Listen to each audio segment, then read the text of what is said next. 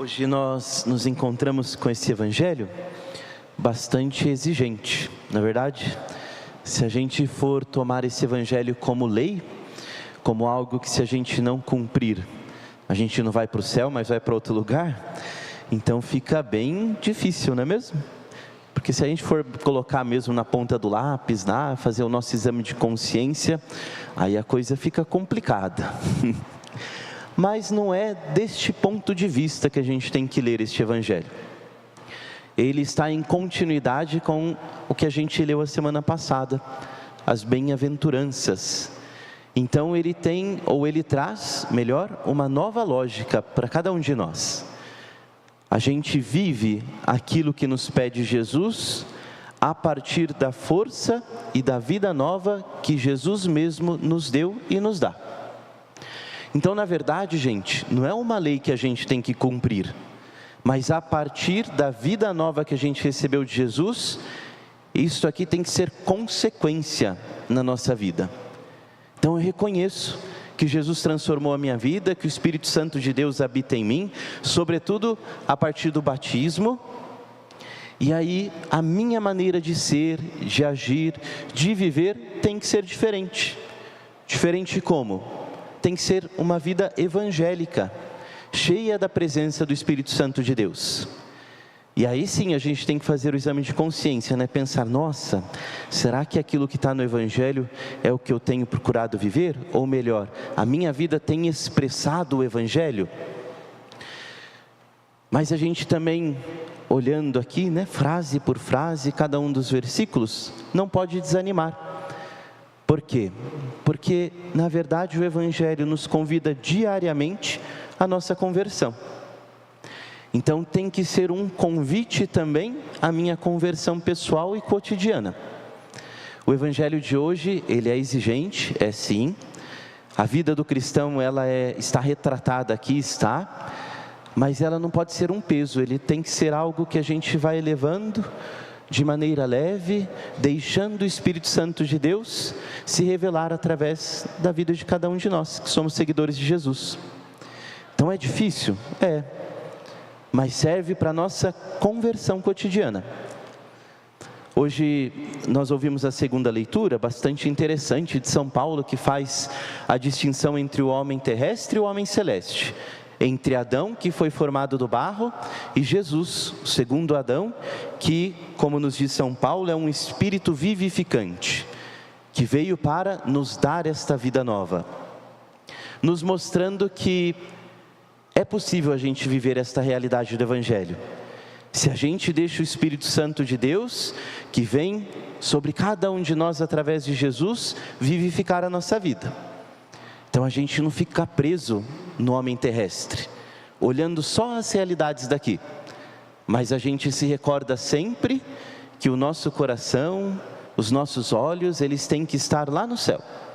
A gente está com o pé aqui, no chão, na terra, mas olhando sempre para o céu, pensando naquilo que é a meta da nossa vida. E o Espírito Santo de Deus, que veio através de Jesus, ele é vivificante, ou seja, o que significa isso? Que ele dá a vida, renova a vida em cada um de nós. Então, se a gente deseja realmente viver esta conversão cotidiana, o Espírito Santo de Deus vai dando forças para a gente viver essa realidade. A gente é perfeito? Não é mesmo? Mas a gente reconhece que precisa da presença de Jesus, por isso que a gente está aqui.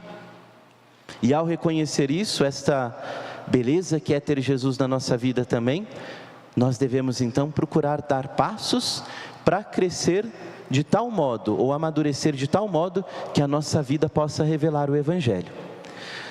Nós vimos um exemplo na primeira leitura.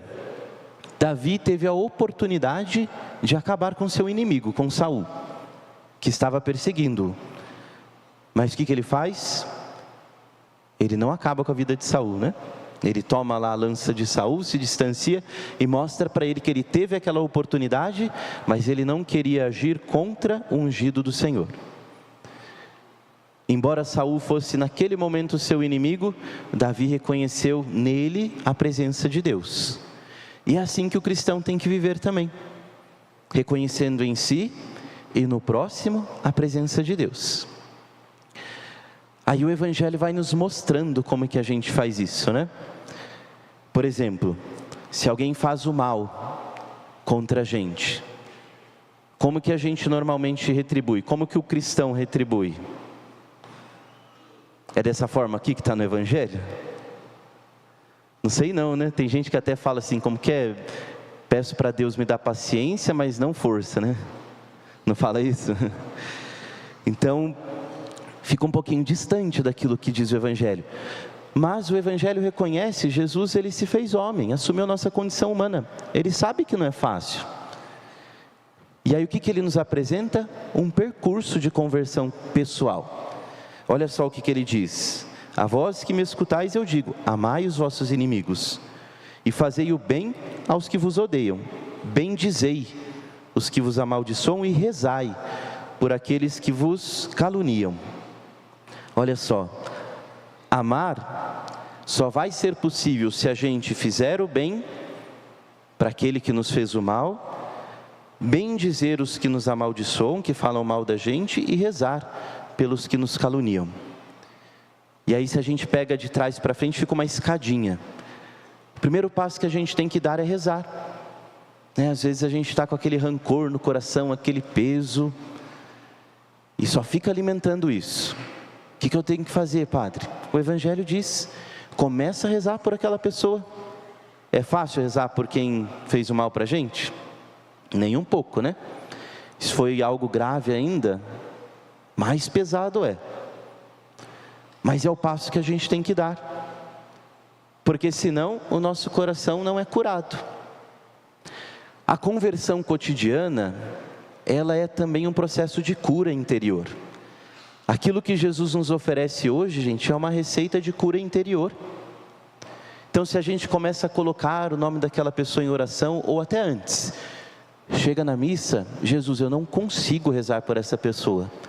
Aconteceu isso, está pesando no meu coração, me ajuda a rezar por ela. Numa segunda missa, de novo você reza assim, ou no segundo momento de oração, vai ter um momento que você vai conseguir rezar pela pessoa. E quando você menos esperar, você vai estar até perdoando. Que é diferente de esquecer, né? A gente não vai esquecer aquilo que foi feito, mas não vai pesar tanto no coração, como poderia estar pesando, ou como pesou uma vez. Então olha só, Jesus ele vai nos mostrando que o caminho de conversão cotidiana é também um caminho de cura interior. E aí ele vai dando vários exemplos aqui, né? Daquilo que a gente tem que fazer para que a vida que vem dele possa se expressar na nossa vida. Algo muito importante do Evangelho de hoje é que o cristão ele não vive a justiça do olho por olho e dente por dente. Qual que é a justiça do cristão? Está aqui no versículo 31. O que vós desejais que os outros os façam, fazei-o também vós a eles. Essa que deve ser a nossa máxima. E se a gente conseguir dar um passo, melhor ainda, sede misericordiosos como vosso Pai é misericordioso. Ter o coração semelhante ao coração de Deus. Que é mais difícil ainda, né? Mas é a meta do cristão. E como que é bonito isso, gente? Aí o Evangelho diz, né? E sereis reconhecidos ou sereis filhos do Altíssimo, porque Deus é bondoso também. Se a gente tem um coração misericordioso como o coração de Deus, a gente se torna semelhante ao nosso Pai. E somos então reconhecidos como filhos e filhas do Deus Altíssimo, que tanto nos ama. E aí o Evangelho vai dando vários exemplos, né? Um deles também que é muito importante para a gente é o não julgar. Como que é comum a gente fazer isso, né? Julgar o próximo. Às vezes a gente comenta as situações, os fatos, já é uma fofoca, né? Mas pelo menos você está falando só dos fatos ainda. E logo a gente já joga um julgamento, né? E depois ainda diz assim, quem sou eu para dizer alguma coisa, né? Mas já julgou, já falou o que era a intenção da pessoa, não é mesmo? Que você nem sabe se é aquela mesma. Às vezes a gente faz até coisas que a gente não esperava.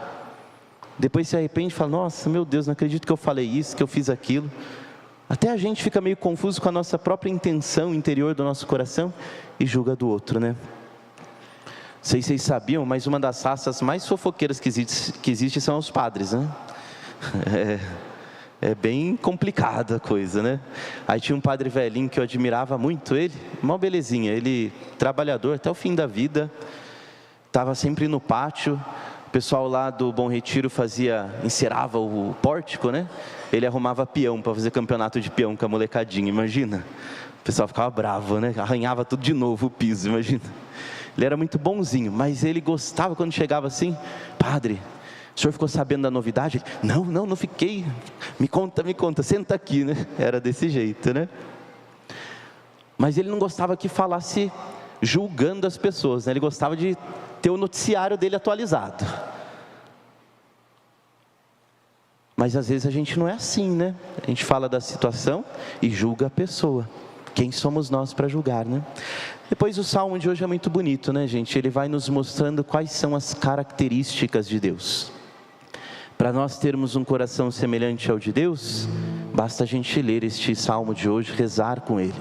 É até um convite para nós, durante essa semana, na nossa oração pessoal, meditação, pega esse salmo, Salmo 102, 103, faz sua oração pessoal com ele. E vê ali a presença de Deus na sua vida. Nos diz que nós bendizemos ao Senhor, porque Ele nos perdoa de todas as nossas culpas, das nossas enfermidades, nos salva, nos cerca de carinho e de compaixão. Olha que bonito, né? Quanto dista o nascente do poente, tanto afasta para longe de nós nossos pecados e nossos crimes. Como um pai, Ele se compadece de nós, seus filhos. Ele tem compaixão de todos aqueles que o temem. Vamos cantar o refrão deste salmo, pedir para que essa seja uma realidade na nossa vida, a presença de Deus, que é bondoso e compassivo, e que com a nossa vida a gente também consiga revelar essa bondade e compaixão que vem de Deus.